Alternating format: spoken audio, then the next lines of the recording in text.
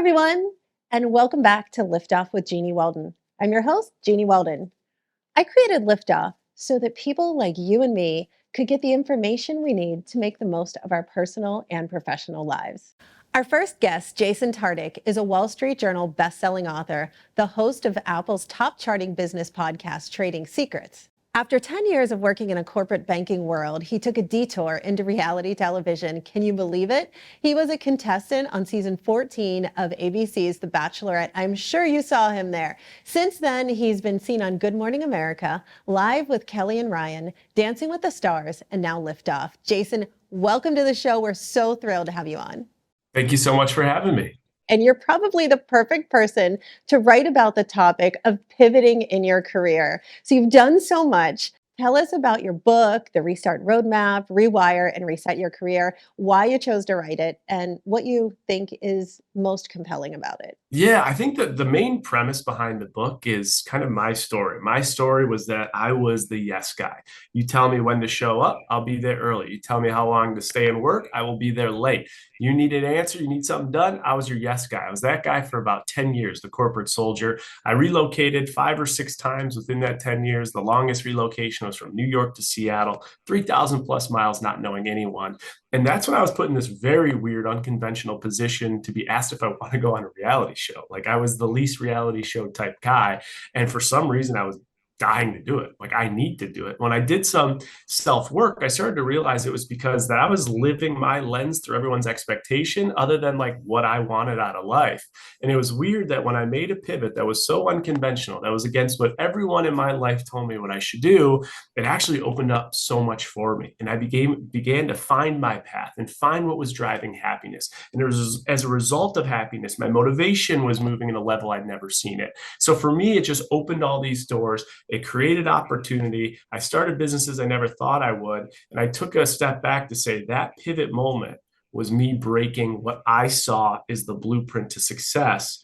And from that moment, people that I've interviewed and talked to that have achieved massive outlying success all had similar moments where they broke the blueprint, whether it was at the age of 4 or it was at the age of 60, that they did something different than they have been told is the route to success. And so this book kind of encompasses the whole story and gives people that are trying to find their path or dial it in a little more direction.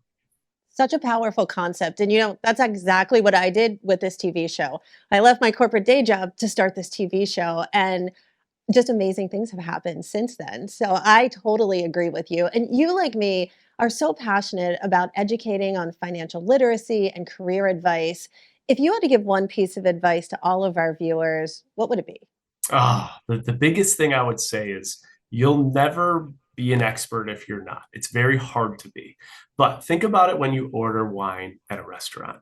You don't have to be the sommelier. You don't have to be the expert that knows everything. But before you order wine, you should have some idea of, what the wine is, the red, the white, a little bit of the difference, different regions, just a little bit. And I think one of the most important things in our life, in our relationships, is money and how we manage it, how we communicate towards it, and how we act as a consumer. So I would say you don't have to be an expert. No one's asking you to be, but you have to educate yourself enough to be a consumer that won't be taken advantage of and that takes control of the process with their money, which again is one of the most important assets in the world. And right now, people that mismanage their money, it's the second leader for divorce and relationships is financial distress. So take control of it, be a good consumer. And the last one just goes without saying, and I could spend an hour on it, but I won't. Spend less, save more, period.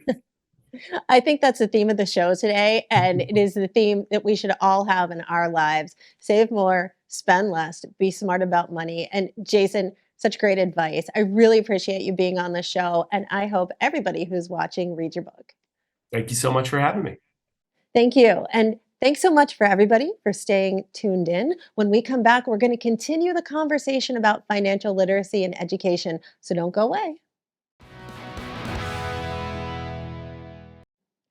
At a time when more than 60% of Americans are living paycheck to paycheck, a lack of knowledge of financial resources and strategy continually prevents many families and individuals from identifying ways to break free from financial hardship.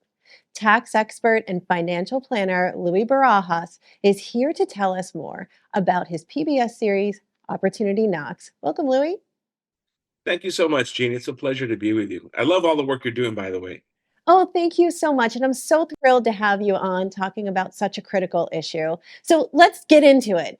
Opportunity Knocks features 6 families and pairs them with renowned financial experts to take control of their finances. Sounds like such a cool and needed idea. Tell us more about it. Well, it's 6 families that we select who go through different several hardships and struggles. Some are financial, some are really personal issues that have to do with money, right? But the goal that we try to show the people that are watching the show is that if you don't have a lot of resources, you can be resourceful. And Opportunity Knocks opens the door actually to locations in their areas, to CDFIs, that they can find resources to help them, whether they're going through business struggles, credit card struggles, struggling with their finances for their families. So it's a wonderful show that shows people not only how to tackle financial issues, but also it's an emotional show that I think people will really love to watch. So, Louis, what are the top tips you have for each generation to save, spend, and invest? Let's start with Gen Z and work our way all the way up to the baby boomers because I've got all of those in my life and I'd love to learn more. So real quick, so the Gen Zers, right? It's a big age group. It's like from 11 to 26, but we'll talk about the college age, right in the 20s. It really is a time of self-awareness. And believe it or not, when I'm sitting down and I'm actually working with somebody who of that age, we're looking at what can they do to invest in themselves to create more revenue, more income, or more value for themselves to give out to the world, right? The more, well, how can they become more valuable? So we're actually, believe it or not, investing. I just had somebody who just filed a tax return, a 26-year-old got some money, and we're doing a personality profile. We're going to either do DISC or Myers-Briggs or Colby to really invest in themselves. It's a time to invest in themselves and get to know what they're, who they are and what their unique abilities and what their strengths are. How about Gen X? Gen X. Okay, so Gen X, Gen X is 43 to 58, and they've got children. They're married. Maybe they've already gone through a divorce, right? They really need to settle in because what we want to do is the goal is, the problem is that when I first started working on the financial planning side years ago, everybody wanted to retire at 55. It's almost becoming impossible to do that. So that, they know they're going to work almost until age 70 now at this point, right? But they need to hunker down and to start saving to make work optional. Because the problem is, as we're getting older, our health isn't that great. So this is a time where they're earning the most amount of money.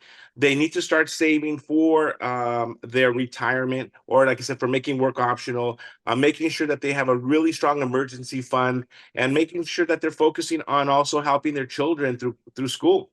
That is so smart.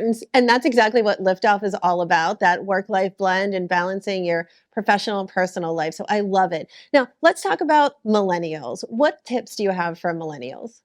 Okay, millennials are the 27 to 42 age group. They actually need to really focus on now their career path, right? When the Gen Zers were kind of traveling, seeing the world, starting late, in life, now they really have to focus on their careers. They're starting to have children as well. We want to make sure that they have an estate plan. And if they have children, they need to really focus on life insurance. That's one of the things that I see. There's not enough life insurance for people who have young children. Their estate plan is really important, and start investing for the long term. And especially right now, like Roth IRAs are one of the greatest investments that inventions they did for investing for the long term. So again, investing and putting and saving money. That's great. Okay, now let's wrap it up with baby boomers. What do baby boomers need to do? Because, I've heard that baby boomers have the highest level of discretionary spend right now. Is that true? That's absolutely true because again, they're on their prime years, but the problem is that they have some discretionary spending, but they're spending it. And the problem is that right now, what they need to do is they need to focus on using their money as a tool to live a better quality of a healthier life, to extend their life, right? Because as they're getting older, they want to make sure that they're living a better, longer quality of life. They're also making decisions on Social Security, when they're going to get it or not. And so all these things that we just talked about, all these tools, if you actually go to opportunityknocks.net, you're going to find a thing called an opportunity finder. And there's a whole bunch of solutions in there that you can go and find. So, they'll really enjoy that. I love it. I love it. Well, I hope everybody watching does everything that you heard today and goes online and learns more and watches Opportunity Knocks. Thanks so much for being on the show. Jeannie, my pleasure. And again, I'm enjoying all the work that you're doing. It's absolutely fantastic. And thank you for inspiring all of us. Thank you so much. And for everybody else, stay tuned because we're going to be right back. Welcome back.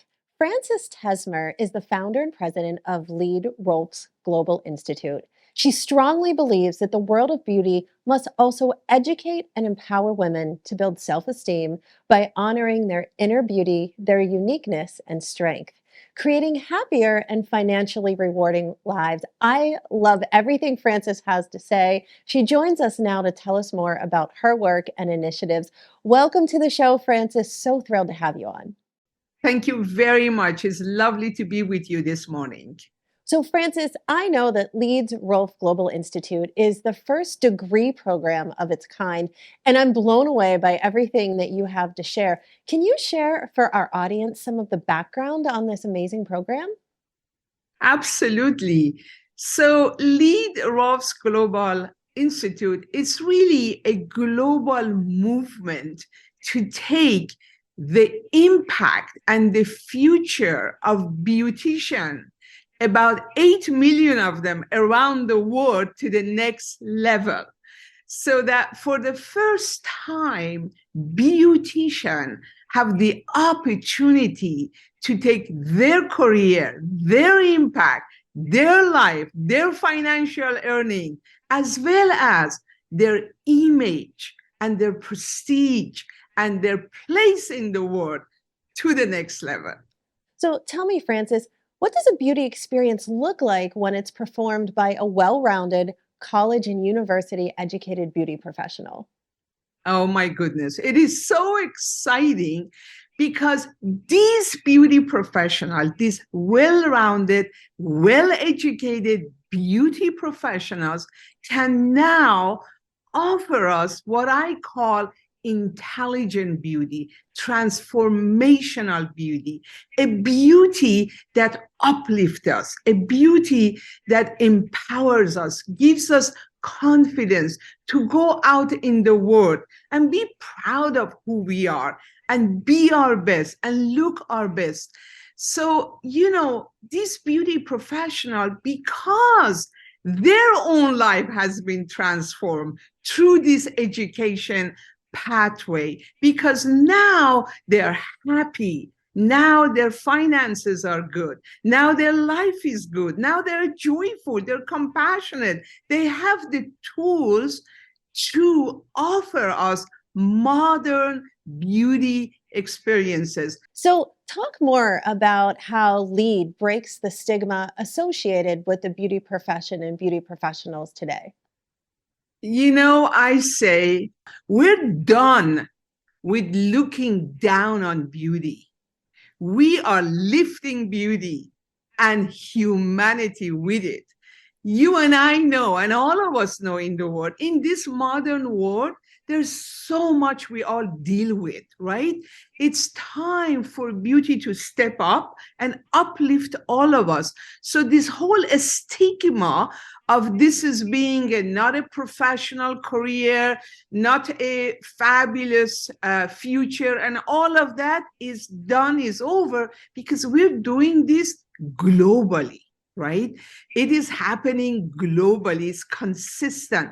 Everybody in the beauty space is with us, and the time is now. So we're done. This, I would say, welcome to the future of beauty and the future of beauticians. I think our audience would love to know about the role that beauty professionals will play in the future of beauty in our world collectively when they go through this program. They get this accreditation, they're supported financially, and they are armed by you and your teams to do something very positive. You see, beauticians see us more often than anybody else, right? Than doctors, than attorneys, than accountants, than even maybe our own children and family and whatever else. They see us on an ongoing basis. And the way this is designed to inspire, empower, equip beauticians so that they can have an impact on us. And then imagine the hundreds and thousands and millions of people around the world that now go to these beauty houses, and because of the communication, because of the respect they receive, because of the knowledge they receive, because of the validation they receive, they feel empowered to go out there in the world, right, and be their best. And if we do this on an ongoing basis, what does it do? It moves humanity forward. Actually, it moves our world forward. And that's what beauty is all about. And our beauticians are over 8 million beauticians. They're ready to do that. Let's do it. Let's make it happen. That's what it's all about. Let's do it. Let's do it, Frances. So how can we find out more? Leadinstitute.degree would be a great place to go. Everything is there, and have fun with it. Thank you so much, Frances. We're going to check it out, and then we're going to check in with you later, I am sure, because I'm going to want to know how this is going and the change and difference that you're making. So thank you so much for being on the show. Thank you so much. Wonderful being with you this morning. Wonderful to have you on, Frances. Thanks so much. And after the break, we're going to keep it going with world-changing ideas. We're going to discuss clean medicine. If you want to know more about how you can bring clean medicine to your children, stay tuned. What if your personal lifestyle and preventative healthcare was part of your employment? Employers, how valuable is a healthier, happier workforce? What if this could be true for both employee and employer at no additional cost and with an actual realized net pay increase? With Health Q's, these things can be true for both. Many employers face high medical claims and absenteeism costs as their employees don't get the preventative care they need because they don't know where to go, and the out-of-pocket costs for these tests are too high. HealthQ's bridges the gap to vital services. HealthQ's is an all-inclusive preventative healthcare management program that supplements insurance plans.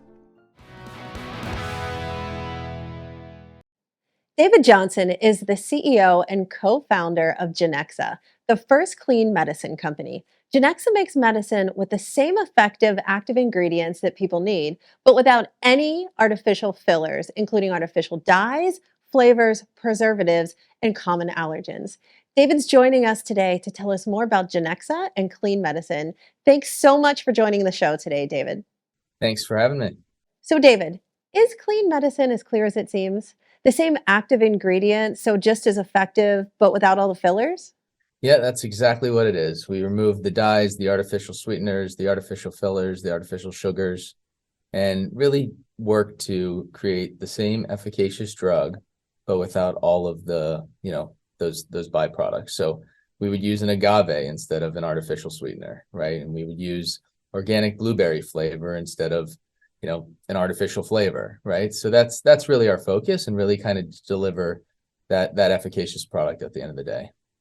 It's fascinating. Can you tell me and our viewers a little bit about your backstory? What inspired you to start Genexa? Because it's such an incredibly powerful idea that I think so many people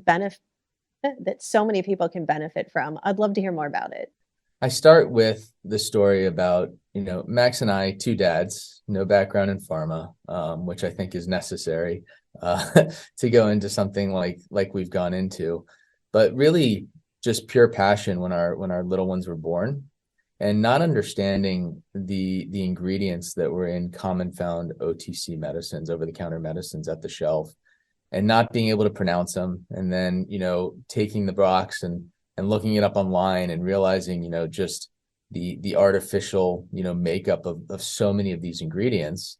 And then I think what it really was we saw the shift in food, we saw the shift in beverage, we saw the shift in cosmetics, supplements, but no one was touching such a massive space of drug. And it's we use drugs when we're at kind of our low point, and feeling kind of helpless for our children. So I think for us it was passion driven to really make a difference in an industry where we could effectuate change in health. Yeah, and you're doing it from the comprehensive view of the company standpoint. From the outside in, we were talking before the show, and I was telling you about how impressed I was with the packaging that you have and how people can go online and choose medicines to kind of rebuild an all-natural medicine cabinet, which I think is such a fabulous idea and probably just continues to drive your success because you closed a really successful record-breaking Series A in 2021. So congratulations on that. And I know you've launched several new products since then. What are your plans to keep it going?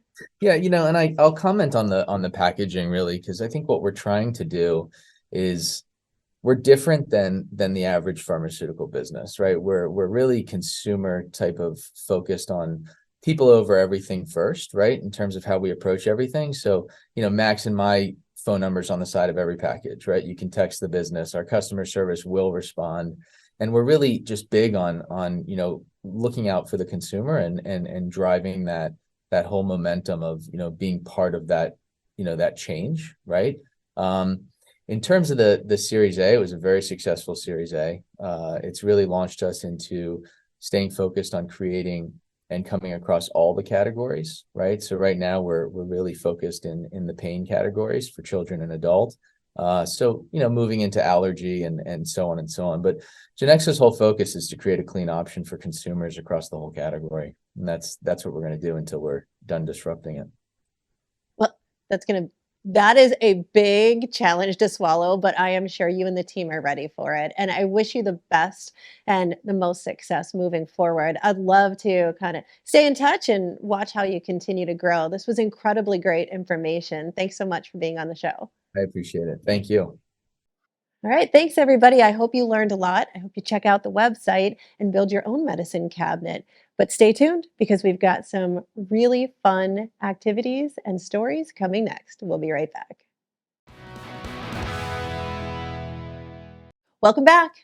NÜTRL Vodka Seltzer, which is the #2 spirits-based seltzer on the market, just recently announced their first national campaign called NÜTRL, one with the umlaut, featuring actress and Saturday Night Live star Chloe Fineman. As a fan of Chloe's work, it was so much fun seeing her help bring NÜTRL's quirky personality to life as she played the role of cheeky vodka seltzer sommelier named Gunter. I just tried NÜTRL recently and I was so impressed with the refreshing and tasty quality. The can says it's made with real vodka, seltzer, and real juice. I just love how simple that is. Let's let Chloe take it away. Our secret to good taste is right here. NÜTRL, the one with the umlaut. Jeanniey Fielding is one of the most active pre-seed investors around, having invested in over 300 companies as the very first check. Having had startups of my own, I know how critical that first check is. Jeanniey is the co-founder and managing partner of the fund. Jeanniey has built a thriving community of over 500 founders and operators who help source diligence and invest in the next generation of startups across 3 core verticals: money, health, and work. Jeanniey joins us now to help be the best in our business. Thanks so much for being on the show, Jeanniey. Thanks for having me. So Jeanniey, you've gone from lawyer to startup to investor. Tell me, what's your journey been like for you? Yeah, it's definitely not been a linear path. Started out pretty corporate, so went to law school and had, a very different kind of career plan, I think. And ultimately found myself working at a big bank, and nights and weekends I spent kind of, tinkering on the side some ideas that I had. So when I started my first company, I didn't really set out to start a startup. I wanted to solve a problem, right? And so like many entrepreneurs, we're empaths, right? We see something in the world that just doesn't resonate and we want to fix it. So in 2008, a long time ago, I started my first company, nights and weekends, and that really turned into kind of a lifelong career in tech. What is the current state of tech, startups, and that macro environment right now? Yeah, so the last few years have been total boom years for tech, very different than when I started my first company or when you started yours. There's been so much money kind of piling into the verticals, and we've seen just everyone wants to get into tech. So venture capitalist funds have flourished, founders on every corner. And so in the last 9 months, we've had a real reset, and that's had, big implications for the tech ecosystem. And we're seeing it domino through larger companies with layoffs that we're hearing about, down to, the small companies that we fund. So the whole ecosystem is contracting now. The truth is, it was quite overinflated. And so in a way, this reset is very healthy.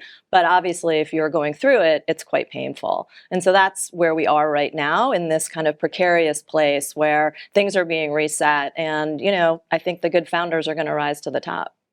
It's such a smart way to think about the future going forward, and pretty much the only positive way you can think about that, especially if you're a new startup or if you're an early stage entrepreneur. So let me ask you a question about your personal investing. If you're looking to fund a business, or if you're giving advice to somebody who's looking to land an investor, what's the number one piece of advice you give them? Yeah, I think first of all, you have to figure out what type of company you want to start. And so in the last few years, everyone has thought venture capital is for me. But the truth is, venture capitalists are really funding high growth, highly scalable companies, mostly software companies, right, where they can see incredible multiples. And so many of the people that kind of pitch me their ideas, because I literally get thousands of pitches probably every week, a lot of those companies can be like really impressive, cool companies, but they're probably not going to reach kind of unicorn status or be, on a path to, say, an IPO. And so the first thing, the first piece of advice I like to give founders is really figure out where you are in the stack, right? Are you building a high growth company, which would require something like venture capital, or are you building a smaller business, which kind of is a misnomer because it can still get pretty, big, but there's different types of capital that you access for different types of businesses. What advice would you give to a founder that's been looking for money for a while, hasn't been really successful because of the environment, has a great idea though? Do you think the advice is going to be just stay at it? Do you think the advice is maybe you should pivot? How do you approach those questions? Yeah, I think, again, if you're building a high growth company, there's still a lot of capital out there, right? So venture capitalists have raised records amounts of money over the last few years. And so, you just have to, find those investors. So how do you do that? I like to say, it's a numbers game. So you've got to fill like top of the funnel. So think about, raising capital the same way you would do sales, right? So the more top of the funnel that you have, the better conversion you're going to have. And so you've got to just do a lot of primary research. You've got to get, warm introductions from other people in the ecosystem. And then you've just got to get out there and meet as many people as possible. Build that network, right? The number one piece of advice you gave me so many years ago, Exactly. and it's so true. You've done it all. You've been a lawyer. You've had your own startup. You're funding startups. You're just amazing. And I can't thank you enough for coming today and being on the show, because there's so many people that are looking to start a business that are entrepreneurs that will use this advice. So thanks so much for being on Liftoff. Thanks for having me. I cannot think of a better way to end today's show than with the inspiration of getting out there and not giving up and getting the money you need to grow your business. If you're interested in hearing more about all aspects of life and making the most of your personal and professional life, stay tuned. And do not forget to follow us on social media at Liftoff with Jeannie. We've got tips, resources, and other information for you there. I'm Jeanniey Walden. See you next time. The proceeding was sponsored by Liftoff Enterprises, LLC.